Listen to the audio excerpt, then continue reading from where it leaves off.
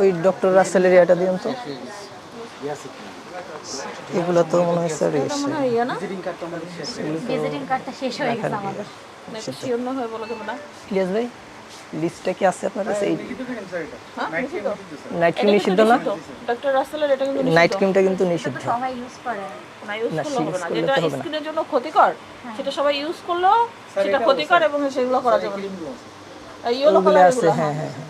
এইটা এটা না, এটা মেবি ইউজ করতে পারবে।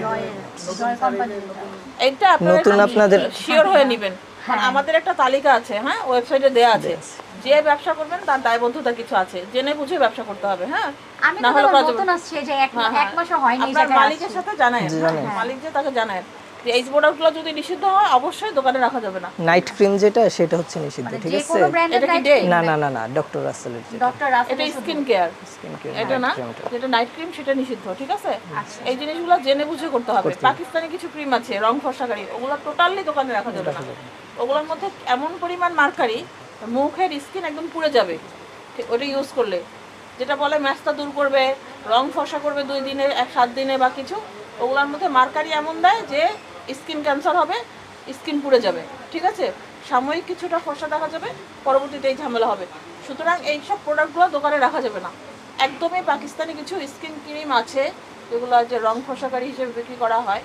সেগুলো রাখা যাবে না ওকে জেনে বুঝে ব্যবসা করতে হবে আচ্ছা আচ্ছা